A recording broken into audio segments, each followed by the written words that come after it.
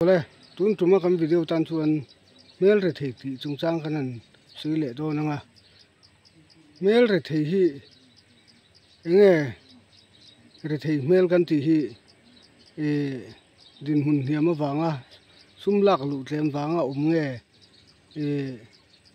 ve hrim pian ti ratanga ve hrim ti hi e kan han sui anga hey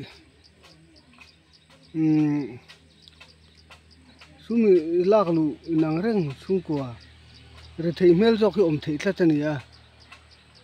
e tin sumla lu tha jok po re thei mel jok hi e ni thei tlat mai nia hi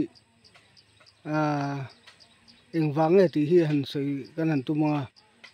thil pa kan soi photanga papa khathian chung ko pakhathi kan re thei wangin min hu si thia ti fo me tun main kan han ngai tua chianga ati tu kha an din huna thasok de suman la lu tam jok de me e engwange tin kan ngai tu chianga mel kha alo re thei wang kha nia mel changkan lo thin jok wang khan kan re thei wan ti reng me mel mil hian ril ru hi oma chu ben mel a thin lu tuk chuan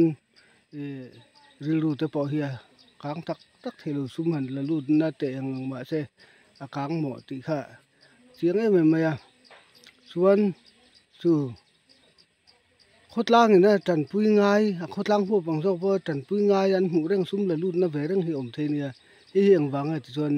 bul be je mel re the bel mel re the wang ni ole hi ka channel mi subscribe mi tam tan mi la subscribe lu te ko mi subscribe jel tu kan ngen chewa like to comment me pe sa le tu kan ngen chew ni